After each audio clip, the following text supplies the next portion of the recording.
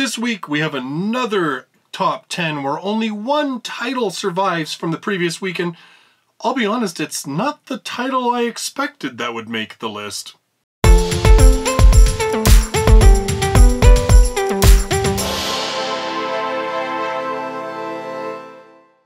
Hello everybody, and welcome to another weekly countdown of the top 10 best-selling light novels in Japan.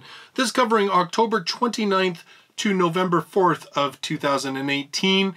Got another week where only one title manages to survive from last week, and well, I'm kind of guessing it's because there's currently a live-action movie in theaters that's keeping interest in this series maybe a little bit higher than average. So let's get right into the list. At number 10, with 6,381 copies sold, volume number 6 of Tensei shitara剣でdeshita, or as it's known in English, I was a sword when I reincarnated. We do not have an English license for this light novel series. When I noticed it, I was in a different world. I had become a sword. What? I don't get it. The place I woke up was a great plain crowded with monsters. I fly in search of a partner, women only, to be equipped with. Magic stone? I get the skills I absorb? This has become fun. Ha ha ha, give me magic stones. Yes, that was a joke, but I'll take a magic stone. This is how I became a sword and went to another world, a story of an ordinary minor character otaku.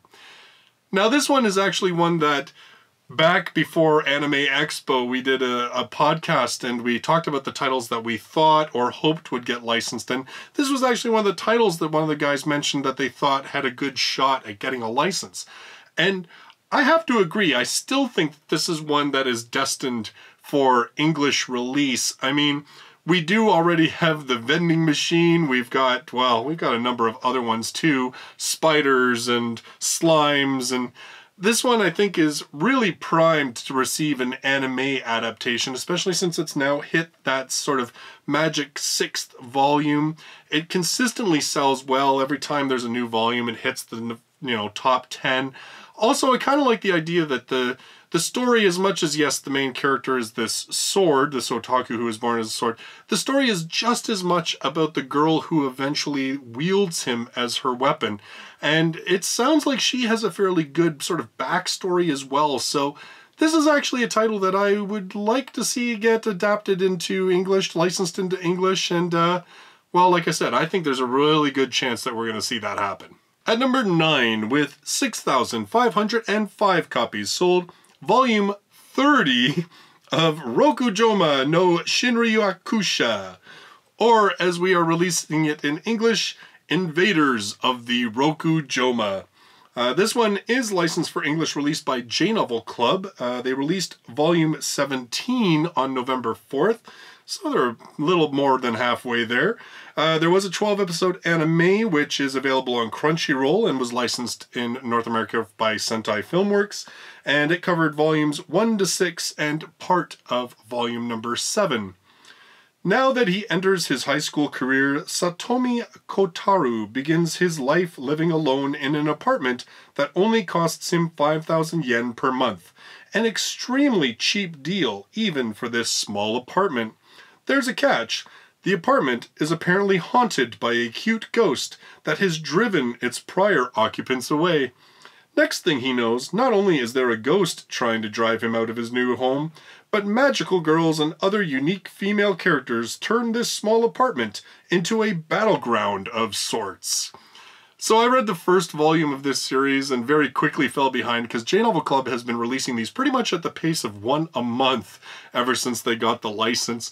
Part of that is because this was actually, there was a lot of the series translated by a fan, and I guess he did a pretty good job because J-Novel Club actually hired him to continue translating the series and to use his fan translations, and they've just sort of cleaned them up a little bit for their actual release versions. So that's why they've been able to kind of keep them coming out so quickly.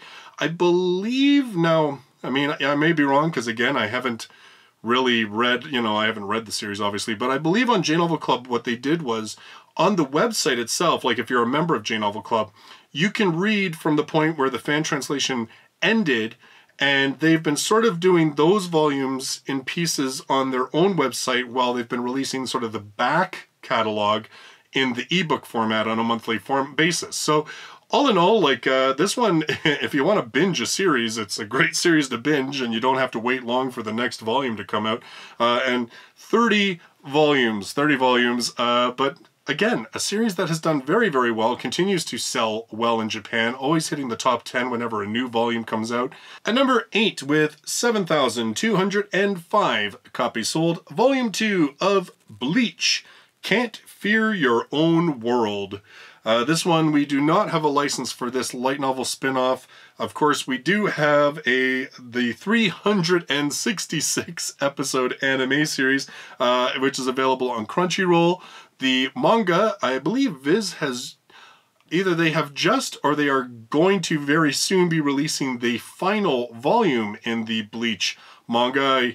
I saw on Twitter that they were celebrating it, but I don't know if it's actually hit store shelves yet or not. I guess I should have looked into that, but it is coming very, very soon. And this one, this series, if you're not familiar, and I don't know how you couldn't be familiar with it, basically focuses on Shinigami and their fight against, well, a multitude of villains, basically, that are trying to cause havoc in both the living world and in the afterlife world. This particular light novel series, it centers on Shuhei Hisagi. Shuhei must throw himself into a new fight as the mystery that Kaname Tosen left behind resurfaces. The story reveals more details about the four noble families, the Soul King, Arrancar, and Fullbringers. So I'm guessing this one is potentially a sequel to the manga, seeing as how the manga's been over for a little while in Japan. That's my guess, although I'm not too sure. I haven't read the manga. I have watched most of the anime, at least up until I think when the main sort of big story part finishes. I haven't watched the aftermath parts of the anime, though. I really like this one. I mean, this one, obviously, when it came out, like, I mean, this was like a huge title initially, and really, like, just very much in that whole school of massive battle type anime, you know, like, there were sword battles that went on for multiple episodes at a time. You know, just, it kind of is in that same school, like, it came out, I guess, around that same time as, like, Naruto and, you know, so forth. Like, in terms of when they were licensed for English release, when the anime started hitting the market, they were about the same time. So, in any case, Bleach, huge series, has been both in English and in Japan, and continues to do well. I'm not too sure if Viz is going to license these ones when they're finished. I wouldn't be surprised, because they have licensed other light novels that are associated with some of their manga titles, so maybe that might happen. At number 7, with 7,446 copies sold, Volume 3 of Delfinian Senki Gaiden, or Record of the Delfinian War. And this is the side story. Gaiden is the side story. There's surprisingly very little information about this series in English. It appears that it is actually a fairly long series. I mean, I saw there's one English website I found that gives sort of a synopsis of each volume of the main series, and I think, I'm trying to remember now, I think there was like 18 volumes. Like, I mean, it's a long series, and it's basically about a succession war that is occurring in this sort of fantasy type setting.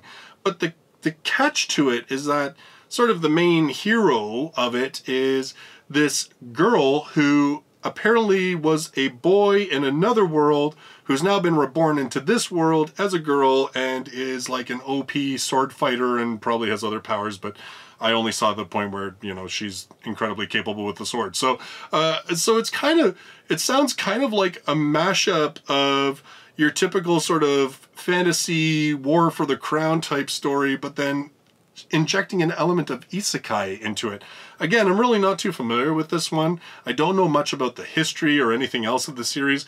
Really funny, this one website that went out of its way to give you a synopsis of all the volumes gave like no background on the series or on the author, so it was kind of weird, but In any case, if you're familiar with this one, I'd love to hear your thoughts in the comments down below. I'm always looking to learn more information about these series that I don't know much about.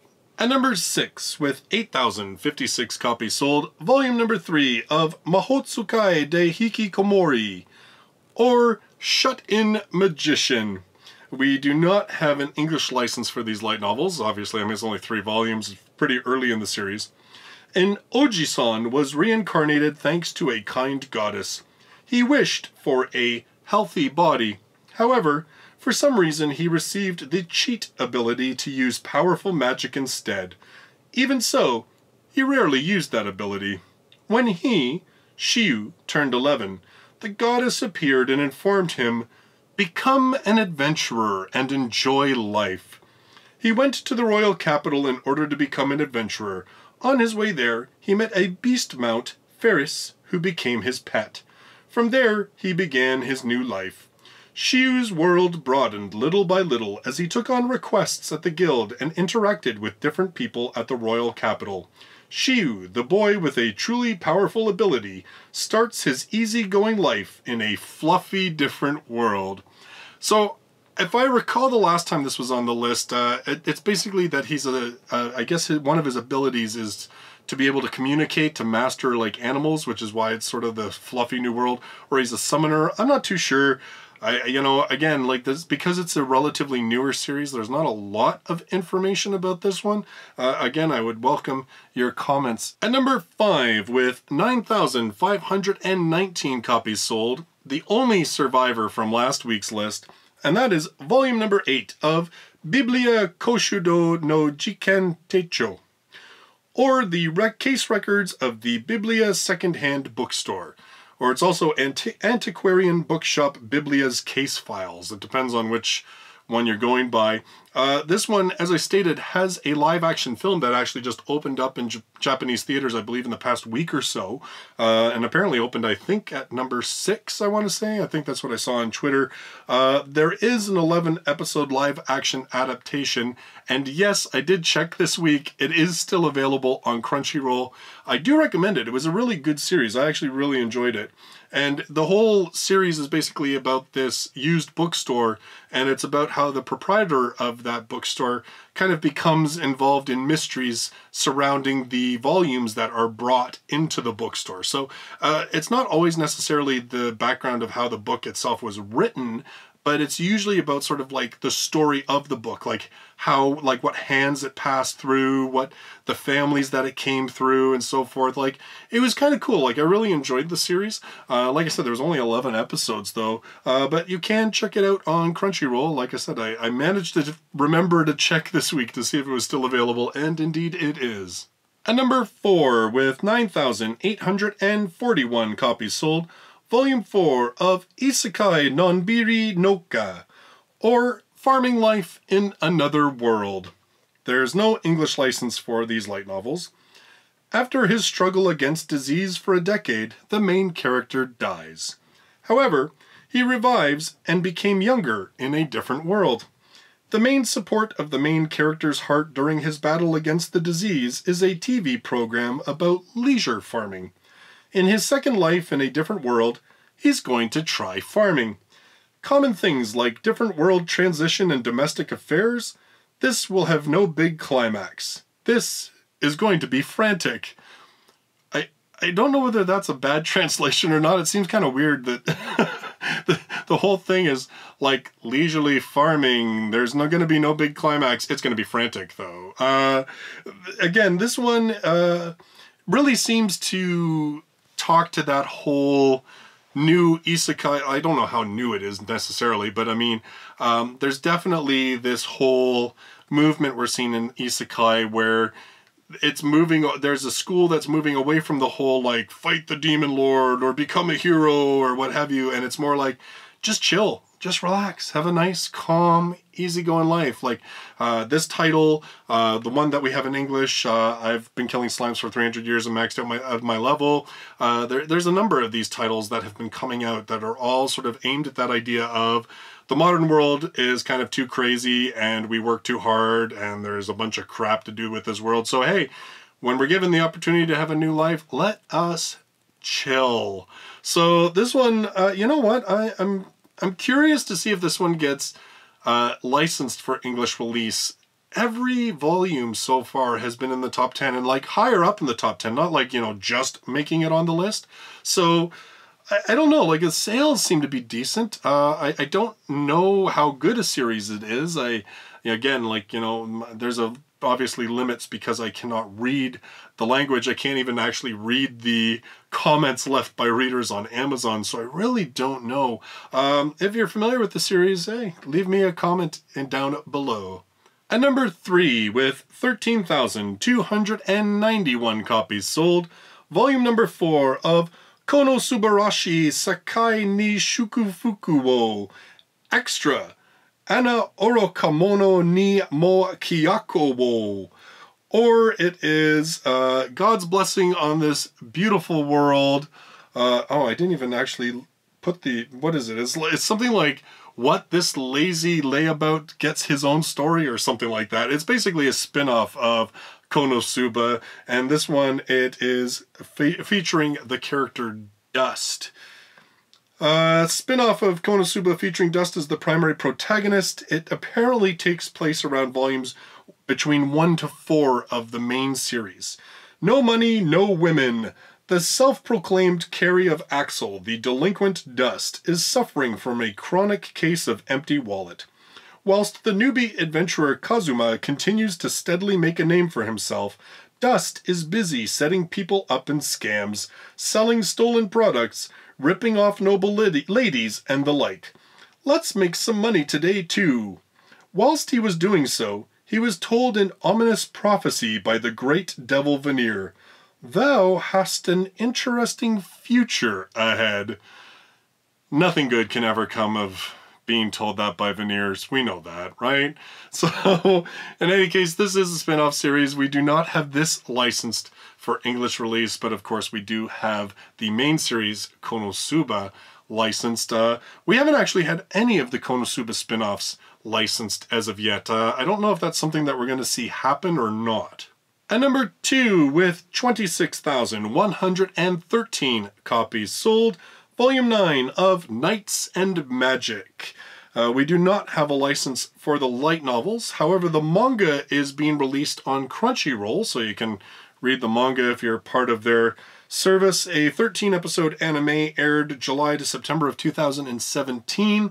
It is licensed by Funimation, and the anime covered up to the 5th volume of the light novel series. A mecha otaku is reincarnated into another world as Ernesti Echevalier, also known as Eru. In this world exists huge humanoid weapons known as silhouette knights. Dreaming of piloting those robots, Eru, with childhood friends Archid Walter and Edeltrude Walter, aim to become knight runners, pilots of these silhouette knights. So it's mixing isekai and mecha. Why not? I think it works. That's not the first series that's done so. And in fact, believe it or not, In Another World with my smartphone's done that as well. So this series, it got some pretty good vibes, the anime, if I recall. I'm kind of surprised we haven't seen this picked up and for English release, given that, I mean, it's an isekai, it's a fantasy. Add in giant robots, you would think it would be pretty much a surefire thing for the English market, but as of yet, it has not happened. I don't know if that's a case of the publisher, or a case of English publishers, or a case of the, well, I guess, I don't know. I don't know what the case is, but maybe as we're getting more titles, this might be one that we see eventually released in English. Finally, at number 1, with 50,318 copies sold, Volume 15 of Kono Subarashi Sakai ni Shukufuku wo. So yes, of course, Kono Suba, God's blessing on this beautiful world, or wonderful world. This one is licensed for English release by Yen On. They'll be releasing the 7th volume on December 11th, 2018.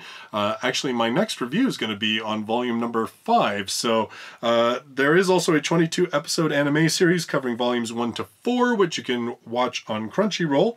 And there is a feature film that's coming in 2019, and there seems to be some speculation based on what they've released about it, like the key images and the little bit of synopsis. It makes it sound very much like it might be based on volume number 5 of the light novel series. Totally not a given, but it certainly sounds like it, and I think that would be really smart, to be honest.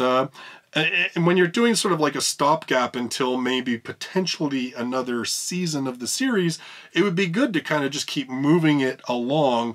I mean, again, this is the 15th volume. The anime only covered the first 4 volumes. So if they were looking to continue that, go down the road, yeah, it would make a lot of sense. Plus, I've just read the 5th volume, and it is a fairly good self-contained story. I think it would make a decent film, so, well, we'll just have to wait and see. This week, I want to say a special thanks to Michaela Werner, Renzaz, Patrick Mbaihi, and Vixlab.com for their support on Patreon, as well as the support of all of my patrons, whose continued support allows me to keep buying books for this channel to do reviews, and allows me to pay for additional hosting so that the Light Novel Podcast can reach as wide an audience as possible. So those are your top 10 best-selling light novels in Japan for the week of October the 29th to November 4th of 2018. So what do you think? Is Konosuba going to own the week next week?